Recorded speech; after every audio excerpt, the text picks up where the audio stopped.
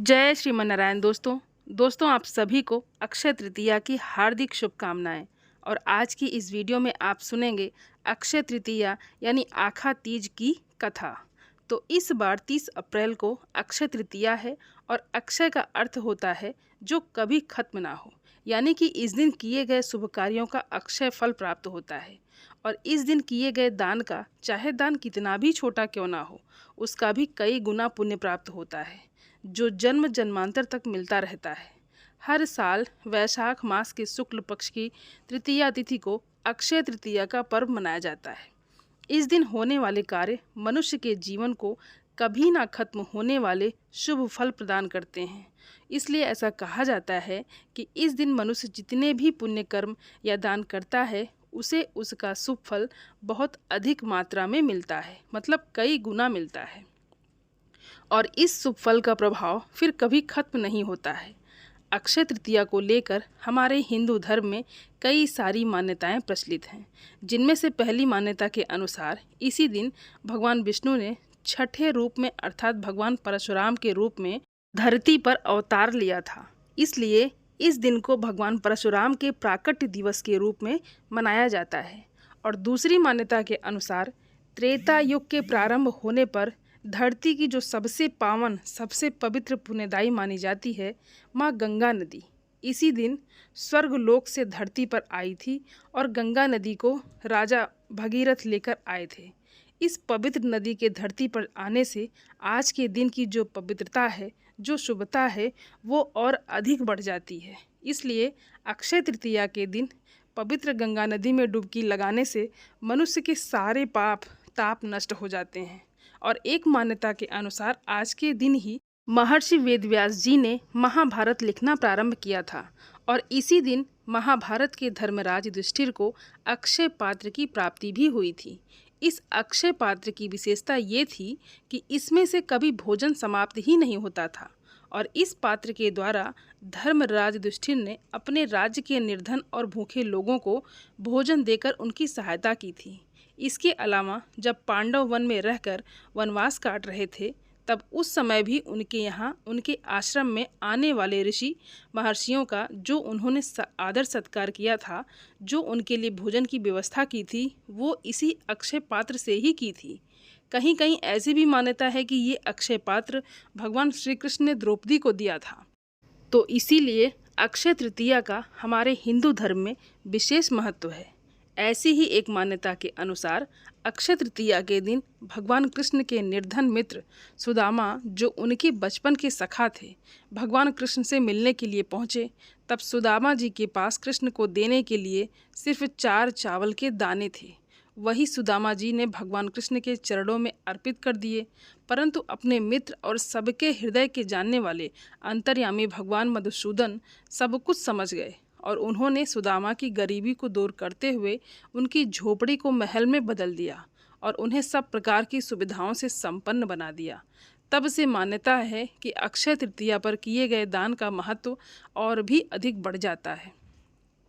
अक्षय तृतीया के दिन भगवान विष्णु और माँ लक्ष्मी जी की साथ साथ कुबेर देवता की भी पूजा की जाती है। और इस दिन आप अपनी सामर्थ्य के अनुसार कुछ ना कुछ दान अवश्य करें।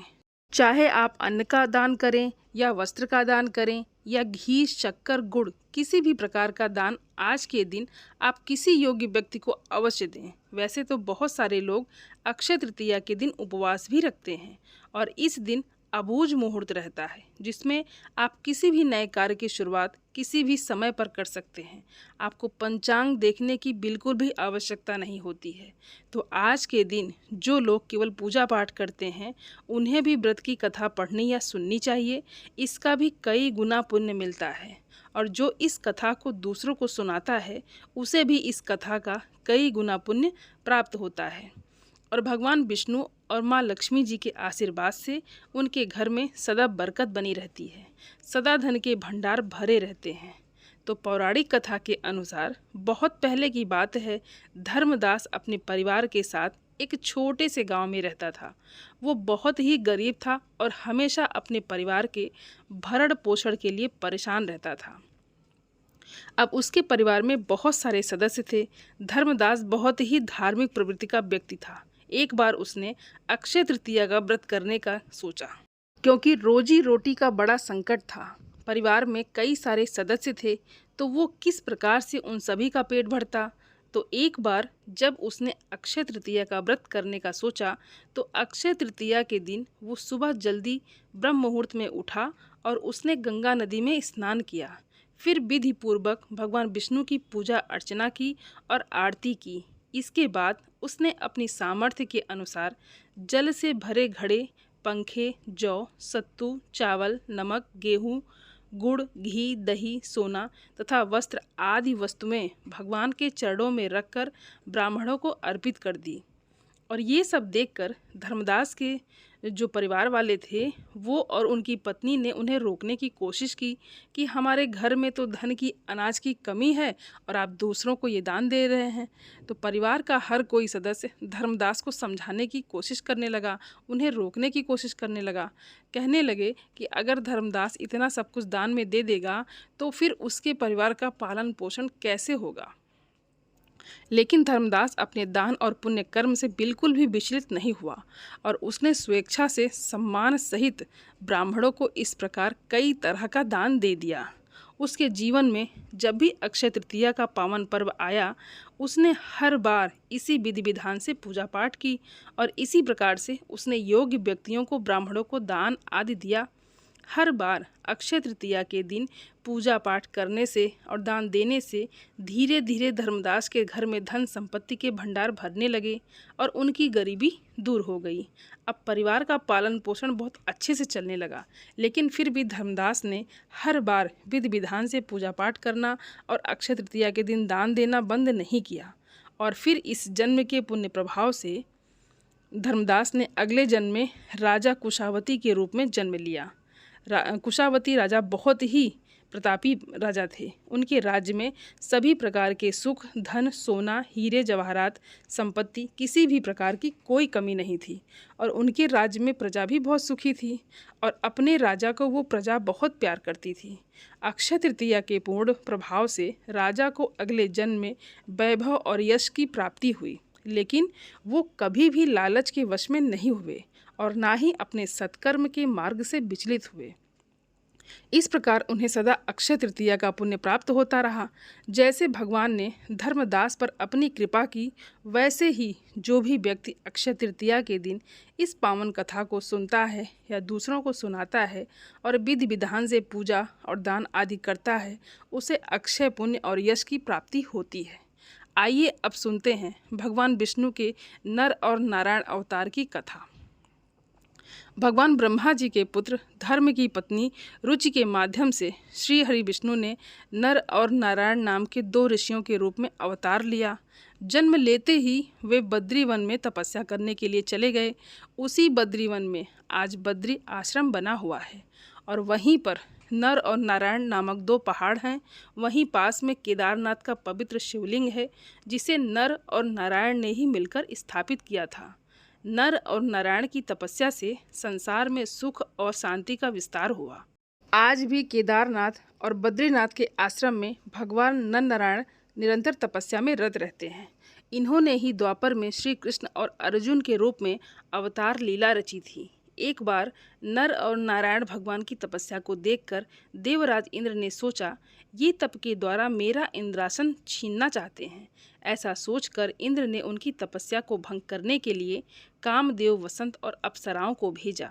उन्होंने जाकर भगवान नर नारायण को अपनी तरह तरह की कलाओं के द्वारा तपस्या भंग करने का प्रयास किया, किंतु उनके ऊपर कामदेव और उनके सहयोगियों का कोई भी प्रभाव नहीं हुआ। कामदेव, बसंत और अप्सराएं सांप के भय से थरथर कांपने लगे। तब उनकी ये दशा देखकर भगवान नर और नारायण ने कहा, तुम लोग डरो मत, हम प्रेम और प्रसन्नता से तुम लोगों का स्वागत करते हैं। भगवान नर और नारायण की अभय देने वाली वाणी को सुनकर काम अपने सहयोगियों के साथ अत्यंत लज्जित हुआ। उसने भगवान नर और नारायण की स्तुति करते हुए कहा, प्रभु, आप निर्विकार परम तत्व हैं। बड़े बड़े आत्मज्ञानी पुरुष आपके चरण कमलों की सेवा के प्रभाव से काम विजय हो जाते हैं। हमारे ऊपर आप सदैव अपनी कृपा दृष्टि बनाए रखें। हमारी आपसे यही प्रार्थना है, आप देवाधिदेव श्री विष्णु हैं, आपको हमारा बारंबार प्रणाम है। कामदेव की स्थिति सुनकर भगवान नर नारायण प्रसन्न हुए और उन्होंने अपनी योग माया के द्वारा एक अद्भुत लीला दिखाई। सभी लोगों ने देखा कि सुंदर सुंदर नारियां नर और नारायण भगवान की सेवा में लीन हैं। नर नारायण भगवान ने कहा कि तुम इन स्त्रियों में से किसी एक को मांगकर स्वर्ग में ले जा सकते हो, वो स्वर्ग के लिए भूषण स्वरूप होंगी। उनकी आज्ञा मानकर कामदेव ने अप्सराओं में सर्वश्रेष्ठ अप्सरा उर्वशी को लेकर स्वर्ग के लिए प्रस्थान किया। उसने फिर देवसभा में जाकर भगवान नर और नारायण की अतुलित महिमा के बारे में सबसे कहा, जिसे सुनकर देवराज इंद्र आश्चर्यचकित और भयभीत हो गए। देवराज को श्री नर और नारायण के प्रति अपनी दुर्भावना और अपनी दुष्कृत पर बहुत पश्चाताप हुआ। महाभारत के अनुसार केदार और बद्रीवन में नर नारायण नाम के दो भाइयों ने घोर तपस्या की थी, इसलिए ये स्थान मूलतः ये दो ऋषियों का स्थान है। इन दोनों ने केदारनाथ में शिवलिंग और बद्रिका आश्रम में ही श्री विष्णु भगवान के विग्रह रूप की स्थापना की थी। केदारेश्वर ज्योतिर्लिंग की उत्पत्ति की कथा शिव पुराण में तब आती है जब नर नारायण शिव की आराधना कर रहे होते हैं। भगवान शिव की प्रार्थना करते हुए दोनों कहते हैं कि हे शिव, आप हमारी पूजा ग्रहण करें। नर और नारायण के पूजा आग्रह पर भगवान शिव स्वयं उस पार्थिव लिंग में आते हैं। इस तरह पार्थिव लिंग की पूजा में समय गुजरता जाता है। एक दिन भगवान शिव प्रसन्न होते हैं और नर और नारायण के सामने प्रकट होकर कहते हैं कि वे उनकी आराधना से अत्यंत प्रसन्न हैं, इसलिए वर मांगो। तब नर और नारायण कहते हैं, हे प्रभु, अगर आप प्रसन्न हैं तो लोक कल्याण के लिए कुछ कीजिए। भगवान शिव कहते हैं कि कहो, क्या कहना चाहते हो। तब नर और नारायण ने कहा कि जिस पार्थिव लिंग में हमने आपकी पूजा की है, उस लिंग में आप स्वयं निवास कीजिए, ताकि आपके दर्शन मात्र से लोगों का कष्ट दूर हो सके। दोनों भाइयों के अनुरोध पर भगवान शिव और अधिक प्रसन्न हो जाते हैं और केदारनाथ के इस तीर्थ में केदारेश्वर ज्योतिर्लिंग के रूप में निवास करने लगते हैं। इस तरह केदारेश्वर ज्योतिर्लिंग की उत्पत्ति होती है। महाभारत के अनुसार पाप से मुक्त होने के बाद केदारेश्वर में स्थित ज्योतिर्लिंग के आसपास मंदिर का निर्माण पांडवों ने अपने हाथ से किया था। बाद में इसका निर्माण दोबारा शंकराचार्य आदि ने करवाया था। इसके बाद राजा भोज ने यहाँ पर दिव्य मंदिर का निर्माण कराया था। तो ये थी अक्षय तृतीया के दिन सुनी जाने वाली भगवान नर और नारायण की कथा। प्रेम से बोलिए भगवान लक्ष्मी नारायण की जय। दोस्तों, उम्मीद करती हूँ ये कथा आप सभी लोगों को बहुत अच्छी लगी होगी और आप सभी सनातनी भाई बहनों से मेरा विनम्र निवेदन है, मेरे चैनल को सब्सक्राइब ज़रूर कर लें और वीडियो को लाइक और अपने फैमिली फ्रेंड के साथ शेयर ज़रूर करें। आप सभी को जय श्रीमन नारायण। धन्यवाद दोस्तों।